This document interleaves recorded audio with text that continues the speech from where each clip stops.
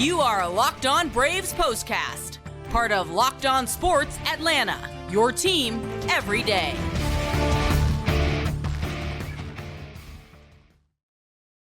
And hello and welcome into the Braves POSTCAST, part of the Locked On Podcast Network, your team every day. Grant McAuley alongside Jake Mastroianni after what was, I would say, one of the sloppiest and definitely got to be a contender for one of the more frustrating losses for the Braves this year.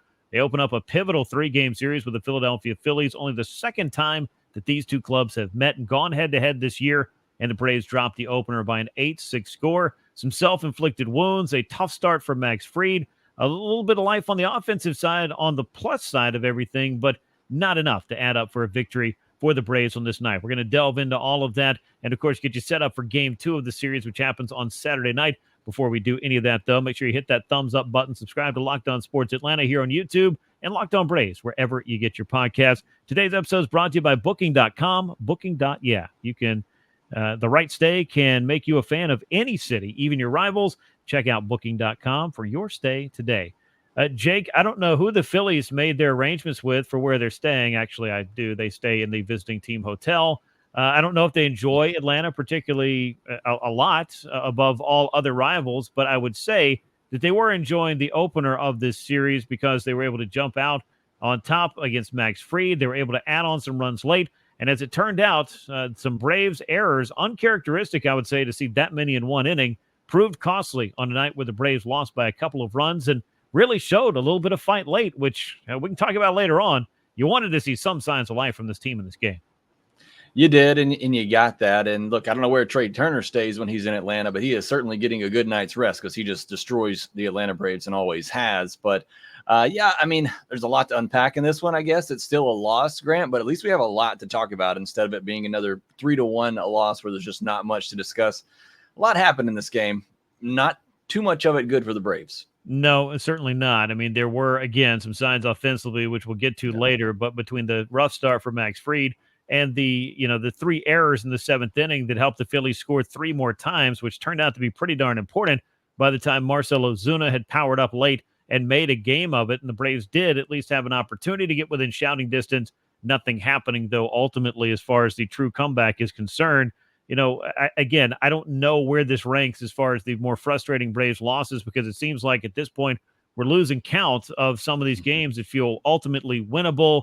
And either the Braves haven't been able to score, they have that night where maybe they do score and the pitching doesn't work out, maybe the bullpen runs into some trouble. On this night, though, I think if there was somewhere to point, it was definitely the tough start for Fried and then the errors that we saw in the 7th inning, which we'll talk about a little bit more later. And you're right. I mean, Max Fried could not keep Trea Turner in the ballpark. I made this joke when he was with the Nationals. There's a reason they called it Turner Field, the last place the Braves played, because it did feel like Trea Turner was making himself right at home in Atlanta. But a pair of 2-run homers for the one superstar left in the lineup for the Phillies certainly helped them out. And that, again, I guess it's another storyline going into this one. It's not like you just ran into the full-strength Phillies. You didn't. I mean, this was one guy, and he's been hot. I mean, he was hot coming into the series. And again, we know how great he plays against Atlanta. And, there's a couple of things here. One, you can't let the guys at the bottom of the order get on in front of him. Max wasn't able to prevent that tonight. He let a couple of guys get on. You had to walk from stop before the home run. You had a play that Matt Olson almost made, didn't get overturned. Then you gave up a single to Christian Pache as well. You have to be able, as hot as Trea Turner is, and like you said, he's the one guy in that lineup you can't let beat you. You got to make sure the bases are clear when he comes up. Fried wasn't able to do that. And he just made bad pitches to Trea Turner. I mean, it's a hanging curveball right down the middle. And Trea Turner, like I said, as hot as he is right now, he's not missing that. Next time up, you let him face him again, which is maybe a decision. Look, Max Fried is your guy. I don't necessarily have a huge problem with letting him see Trea Turner there again, but I would imagine if you were, treating this as this is your chance to get back in the division, you have to win this game. I would think maybe you go to the bullpen there. But again, Max Fried's your guy. I'm not going to say that necessarily cost him the game, but then he leaves a slider hanging over the middle to Trea Turner. It's just, you got to be better and execute those pitches. And I know that's what Max Fried's going to tell you. And he just didn't. To their best player on the roster, he made some big mistakes and he paid for it.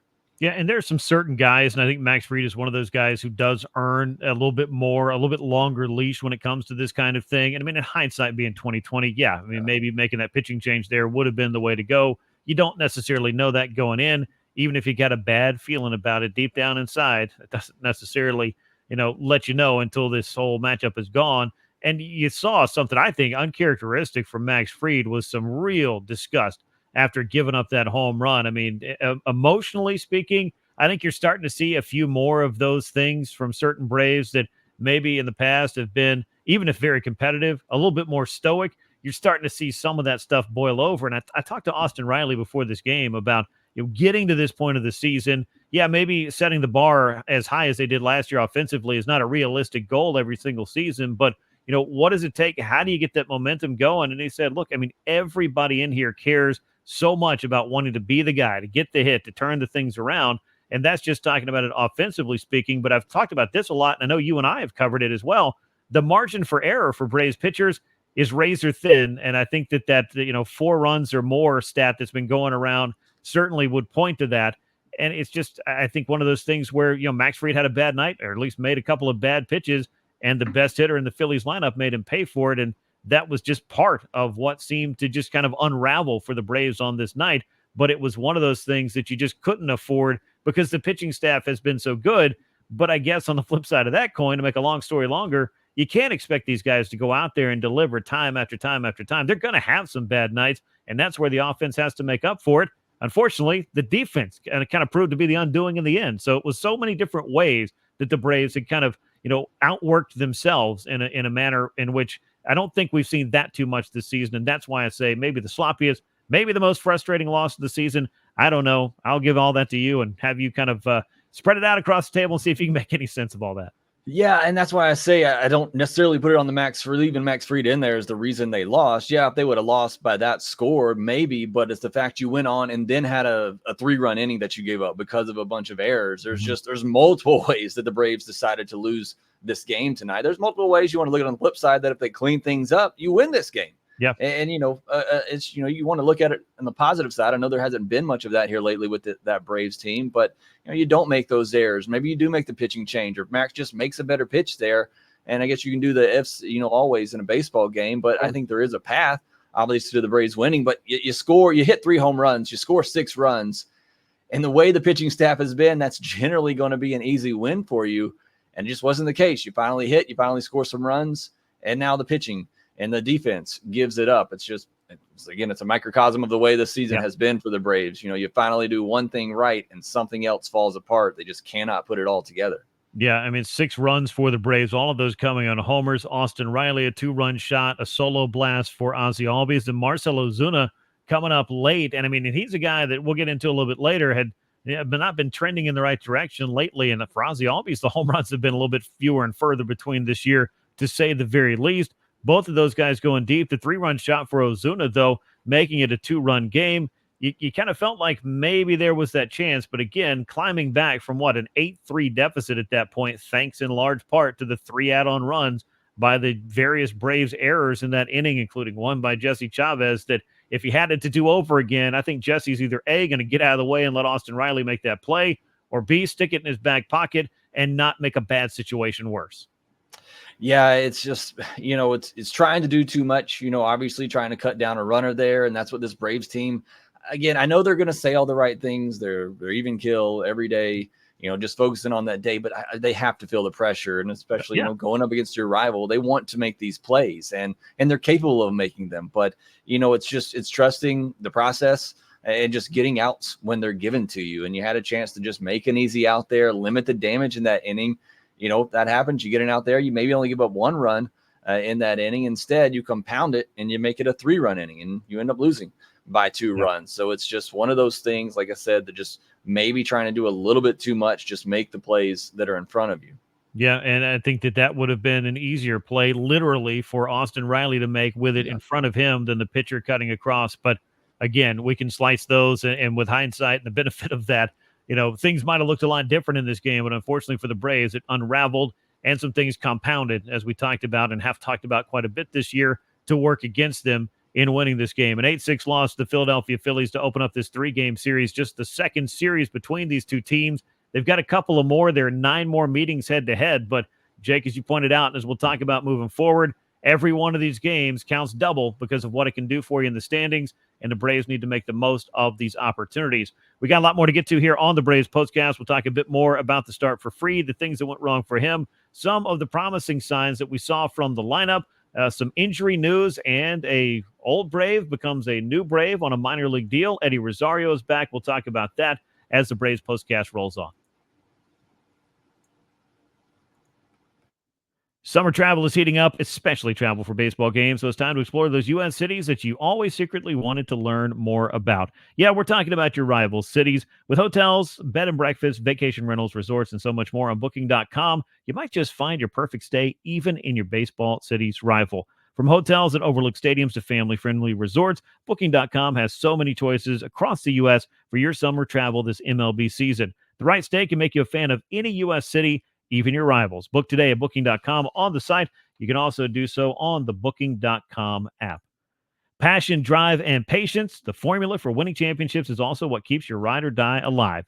eBay Motors has everything you need to maintain your vehicle and level it up to peak performance. Superchargers, roof racks, exhaust kits, LED headlights, and more. Whether you're into speed, power, or style, eBay Motors has you covered. With over 122 million parts, you'll always find exactly what you're looking for. And with eBay Guaranteed Fit, your part is guaranteed to fit your ride every time or your money back. Because with eBay Motors, you're burning rubber and not cash. With all the parts you need at the prices you want, it's easy to make your car the MVP and bring home those huge wins. ebaymotors.com. Eligible items only. Exclusions apply. eBay Guaranteed Fit is only available to U.S. customers. Well, Jake, let's break this thing down just a bit more, as painful as it may be in certain parts, as the Braves take the loss, dropping to 47-39. The Phillies at 58-30. Best record in baseball. Pick up another game in the standings on the Braves as well to pad that on top of everything else. Philadelphia Phillies with that win, 8 runs, 15 hits, no errors. They left 10 men on base, did the visiting Phils. Braves with 6 runs on 8 hits, made 3 errors, and those proved to be costly. Atlanta left just 3 men on base in this one.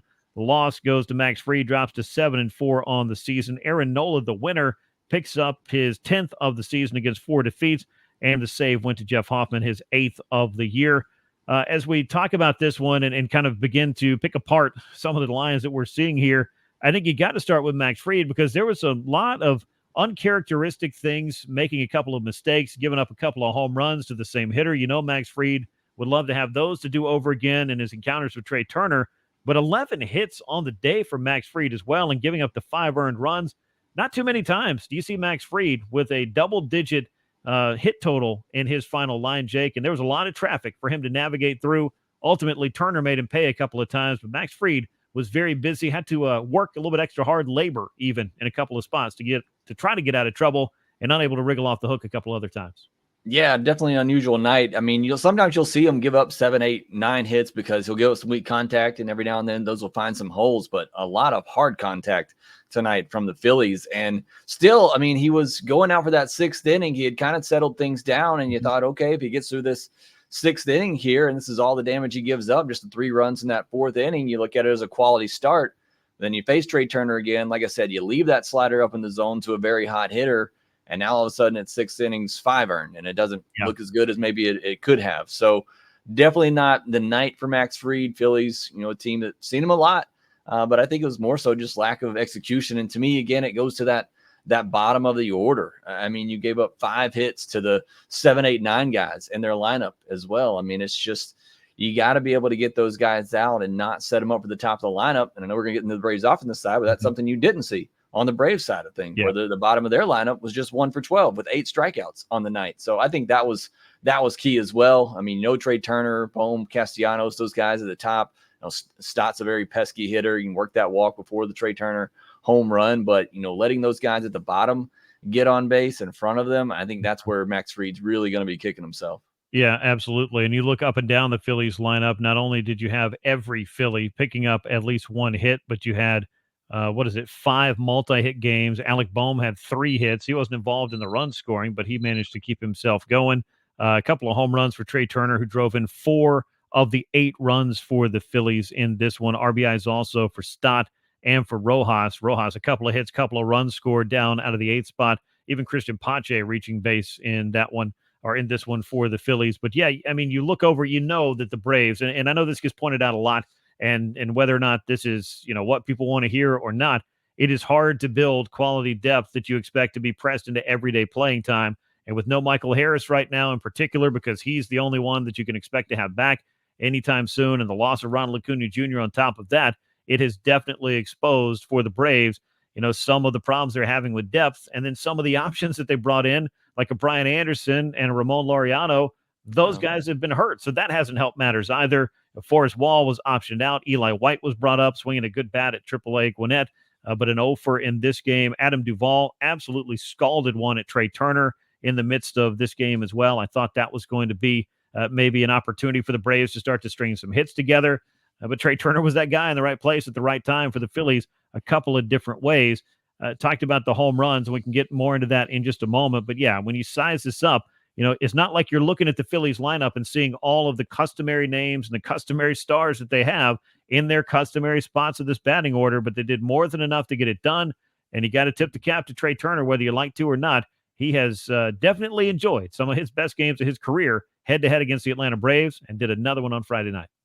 He did. It's just one of those guys that you play and he's going to do something special against you. And that's why I say he's the one guy you just have to be so careful when you pitch to him. But it's hard when you have traffic on in front of him and you can't really, pick your spots. You can't nibble. You have to go after him. And that's why I say I think one of the biggest keys that for Max in this one is just not having that, not being able to execute that to keep guys off so that he can nibble and be a little bit more careful to Trea Turner, and had to come into him and paid for it with where Trea Turner is right now. But yeah, you look at that lineup, they got three guys at the bottom, OPSing under 500.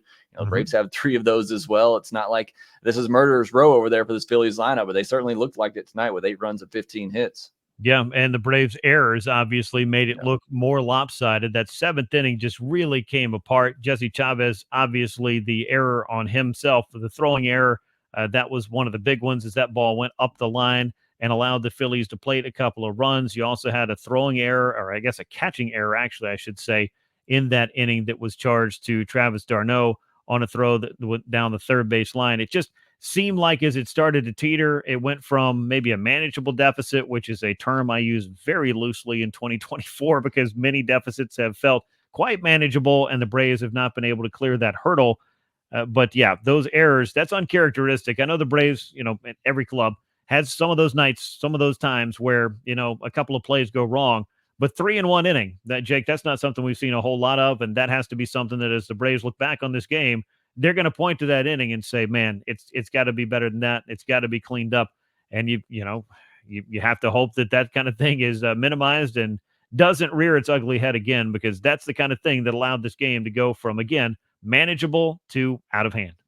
It did. I mean, that is one of the key innings in this game. Obviously, we talked a lot about the Trea Turner at bats, but the other one is obviously that 7th inning and giving up those 3 runs and, just the momentum switch there, because you scored a run in the bottom of the 6th. Marcell just missed one, and then you come back out and then you give them 3 just like that. And then it becomes an 8-3 game, and all the momentum that you had started to have in the bottom of that 6, suddenly goes away. Now, credit to the offense.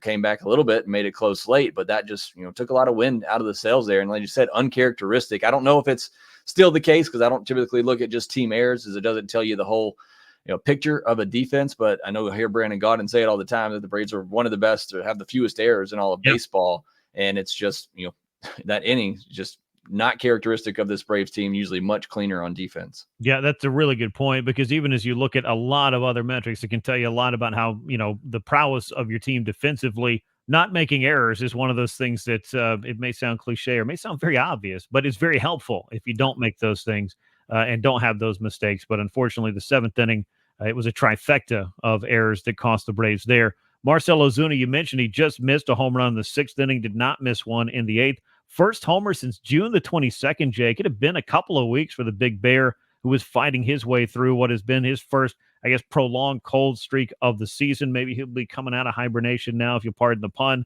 Austin Riley, meanwhile, 8th home run in 20 games for him, 11th of the season, came off Aaron Nola in the 3rd inning. Ozzie Albies also went deep off Nola, just his 7th home run of 2024 and first homer in 13 games for Ozzie, who has been swinging the bat really well. 3 more hits tonight, 8-game hitting streak. Again, there are a few guys that are kind of starting to maybe show that, they've got a few things going, but between Ozzie getting things going, maybe Marcel's starting to kind of wake up again. Matt Olson's been fighting his way through about a 2 or 3 week slump as well. Austin Riley swinging the bat really well here lately, the best I think of anybody on the club pretty easily as far as the power is concerned. And Jared Kelnick's been pretty good in the leadoff spot, even though there have been some ups and downs here and there for him. By and large, you feel like there are a few pieces there, 1 through 5, that could get you going. But I'm kind of wondering, and in particular, maybe with some of the moves that they could be making in the future, if they're not going to shuffle the deck some and see if they can't come up with a different order. Because as we talked about before, I just don't think you can leave Austin Riley in the 5th spot when he's swinging the bat like this. It was the same case we were making for Marcell Ozuna earlier in the year. Yeah, and credit to Brian Snitker and the staff. They do move Riley up to the 3rd spot there, and he gets in a spot there with a home run. And hopefully it does get Olson and Ozuna going. I don't know about moving Ozuna down that far. I know he's in a bit of a slump, but been your best and most consistent hitter all year long. But you want to look on the positive note, like you said. I mean, the offense scored 6 runs. They all did come on the homer, but look, Grant, if they want us to go back to getting 2 to 3 home runs a game, I'm all for that. Then you don't have to worry about piecing things together, but we just haven't seen that a lot this year. But definitely we know they're capable of it. We know they're capable of hitting 2 to 3 home runs a night. That's what they did all year long last year. Yeah. And in this game in particular, Olson and Ozuna, neither one of them struck out. So then there's some positive signs. Olson had a couple of hit balls, including a hit. So you get those guys in the middle getting going. We've talked about it. You can bring in whoever you want. And there's certainly guys they need to bring in to help. But if these core guys don't get going, if Albies, Riley, Olson, Ozuna, Darno, Murphy, if these guys don't get going like they're capable, it's not really going to matter all that much. So it's good to see some signs of life there. Like I said, the 6 runs, the 3 home runs, that's normally going to get the job done. Just unfortunately, It came on a night where the pitching wasn't there for the Atlanta Braves. Yeah, just one of those things where, the game of baseball, just when you think you've got it figured out, sometimes, the equation gets changed on you. But yeah, I think Brian Snitker's talked about this a little bit before, trying guys in, different places where they've had success before. Obviously, Riley made his case to move up in the order. Marcell Ozuna has been a force no matter where he's hit and had a lot of success in that 5th spot. Maybe having him hitting behind Olson again will maintain a bat that, gives him that little bit of protection. And with Riley going the way he's going, I think you got to try to get him up there in the 1st inning if you can get anybody on base. And that's something Brian Snitker certainly tried out today. And Austin Riley with a walk, the homer, a couple of runs scored, and the 2 runs knocked in. Another big day for him. 3 hits and 3 runs scored for Ozzie Albies in this one, and the 3-run homer for Ozuna really rounds out the offensive output for this club. Unfortunately, on the wrong side of an 8-6 loss on this night. When we come back, we'll talk a little bit more about the things going on around the ballpark prior to the game. A big signing for the Braves, potentially, or at least a familiar name, at least trying something as you await the trade deadline, as Atlanta made a minor league deal with Eddie Rosario official. We'll talk some about that. We'll also preview Game 2 of this series that comes your way next on the Braves Postcast. Here on the Locked On Braves Postcast, we pride ourselves in getting you the latest news for your team, whether it's the offseason, the draft, spring training, or the playoffs. It goes year-round. And you know what else is year-round? Is collection season. And just because tax season is over doesn't mean the IRS will stop coming after you for your unfiled taxes. The IRS can garnish your wages, levy your bank accounts, even seize your property. Don't let the IRS target you. Let the licensed professionals and tax experts at Tax Network USA go to bat for you. With over 14 years of experience and an A-plus rating by the Better Business Bureau, Tax Network USA has saved their clients over $1 billion in tax debt. Whether you owe taxes, have complicated matters that require tax planning, or finally hit that parlay this season and need help correctly filing it, call 1-800-549-1000 or visit tnusa.com/lockedon. Are you taking that dream vacation this summer but dreading the cost? With Ibotta, you can get cash back on all of your purchases so you can spend more time making memories this summer and less time dreaming about them. The average Ibotta user earns $256 per year. That could cover the cost of an entire shopping trip, that flight you've been eyeing, or a fancy dinner that you've been craving. Right now, Ibotta is offering our listeners $5 off for trying Ibotta by using the code LOCKEDONMLB when you register. Go to the App Store or Google Play Store and download the free Ibotta app and start earning cash back. And remember to use that code LOCKEDONMLB. That's spelled IBOTTA. Find Ibotta in the Google Play or App Store and use the code LOCKEDONMLB for $5 off. Well, Jake, as we look at game 2 of the series, it's going to be the rookie Spencer Schwellenbach who is going to be on the mound for this Braves club. And obviously, he'll be looking to bounce back from a couple of rougher outings for him. We'll get more into that in just a moment because there was a lot of other news on this day. Obviously, we saw Orlando Arcia was back in the lineup after missing a couple of days dealing with that abscess tooth. We also saw a roster move, Eli White up from AAA, Forrest Wall optioned back down. But perhaps the news of the day, and I called it earlier on social media, the unsurprising news department. Eddie Rosario, who was cut loose by the Washington Nationals this week, signed a minor league deal on Friday. He's with Gwinnett.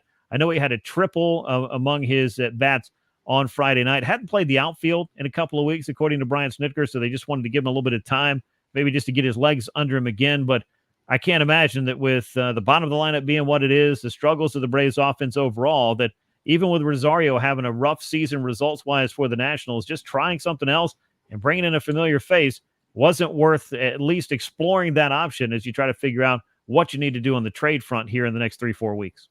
And you don't have a lefty right now either when you send Forrest Wall down. So, I'd imagine Eddie Rosario is going to come up here pretty soon and get a chance. Maybe once they figure out what's going to happen with Ramon Laureano, that they'll make that call. But you don't really have a lefty. So I think there's a good spot for Rosario to come in. I'm skeptical that it's going to work out, but we're still weeks away from the trade deadline. So give these guys a chance, see what you got here as you continue to try to make some deals. Yeah, it seemed like as soon as that news came out that Eddie Rosario had been, DFA'd by the Nationals, that, the Braves, with the needs that they have had, would just maybe go back to a well that they know. And I think with Rosario, the decision that was made to cut him loose over the offseason was a pretty strictly financial one. Among other things, the $9 million option, the Braves did not pick up on him. A 20-homer hitter a year ago, but batting under 200 this year, has flashed some power with Washington, but, it just wasn't enough for him to maintain his playing time up in D.C. on what is a young Nationals team that was looking to take its youth movement to the next level by bringing up James Wood as well. So that was all kind of part of the math of what went on with Eddie Rosario. But you mentioned Ramon Laureano. It does sound like he is not close yet to resuming baseball activities, and they're going to have to make some kind of decision on that. A move could be coming there. He could hit the injured list. They could bring up Eddie Rosario, figure out what they need to do on the 40-man as well in order to make that happen. But all in all, I think you just got to try something right now, and the Braves are familiar with this something, so they're going to give it a run and see what happens. Spencer Schwellenbach, meanwhile, he'll face Ranger Suarez, and it's going to be Schwellenbach looking for what he hopes is going to be a bounce back, I think, from his last couple of outings. You and I have talked a lot about him. I mean, this is an impressive young pitcher who did not have a ton of innings under his belt, but he has a very good arsenal. He pounds the strike zone, but I think we know and we see, and maybe the Trea Turner at-bats were a reminder today, it's not just about throwing strikes. It's about throwing strikes where you want to throw them. And I think Spencer Schwellenbach has really only had to learn that lesson at the big league level a couple of times. And perhaps with some more experience, he'll continue to build on what looks like to me a pretty promising start. Yeah, I'm really excited. I continue to say it. I'm excited about the future for Spencer Schwellenbach, but the current, what we're watching now, it's just, he's the guy learning on the fly at the big league level. I know you've said it on here, and I've said it as well on my podcast. It's just, this guy doesn't have a lot of professional innings under his belt, and he's trying to learn right now at the highest level. And you're about to face a Phillies lineup that is missing some of its stars, but you saw on Friday some bats that are still capable of doing some damage. So you're going to have to be, really on your game. You're going to be able to, like you said, not just throw strikes, but locate them well on the edges and try to stay out of the middle of the plate. Use that deep arsenal of pitches that you have to keep them off balance. So I have confidence in him that he can get it done, but it's just a young pitcher, not a lot of experience. So we'll see what happens. Tough matchup. You really want to get this game one with Max Fried on the mound, because now you're going with Spencer Schwellenbach, young kid, against Ranger Suarez, who's having an unbelievable year. Yeah, great year for Suarez. He's 10-2 with a 2.27 ERA on the year. Spencer Schwellenbach 1-4 with a 5.68. I know that ERA kind of reflects getting knocked around a little bit the last couple of starts. He also had a rough one up in Boston. But again, there's a lot of promise here, but it's difficult, again, to go back to what we've talked about so much, to have such a thin margin for error when you're a young pitcher as well. Braves, if they could find some way to pile up some runs early, and I know Ranger Suarez has not necessarily been very forthcoming with that against the Braves in some of the outings that he has had against them, particularly some that we might remember when the stakes were pretty high as well. But it would be helpful, I think, to help the young rookie be able to settle in a little bit more in that fifth inning. And I guess third time through the lineup has really been the trouble spot for Spencer Schwellenbach as well. Yeah, it has. And again, that's just part of the maturation process of knowing, how to mix things up, maybe how to save something for another at bat later in the game. But, as your fifth starter, if he can give you 5 innings, typically, 3 earned or less, I think you will take that. But again, that margin for error is just so small. You really can't expect 3 home runs and 6 runs from this Braves offense every night like you could last year. And especially, as we've said, not going up against Ranger Suarez, who is done really well against the Braves in his career, and he's done excellent against just about everybody so far this season. Yeah, a very tough lefty. Again, 10-2 with a 2.27 ERA. The Phillies starter, Spencer Schwellenbach, 1-4 with an ERA over 5.5, but hoping to turn in a good start, help the Braves even up this series on Saturday at Truist Park. It is a 7:15 p.m. Eastern time first pitch, a national game on the Fox network if you're looking for where you can watch the game as well. That's going to bring us to the end of this edition of the Braves Postcast. Unfortunately, following a frustrating 8-6 loss for the Braves against the Phillies, they'll be back at it on Saturday for Game 2 of the 3-game series. Make sure you subscribe to LockedOn Sports Atlanta on YouTube and leave us those likes and comments. Share the show with a friend and subscribe to LockedOn Braves wherever you get your podcasts. For Jake Mastroianni, I'm Grant McAuley. We will catch you next time. And until then, so long, everyone.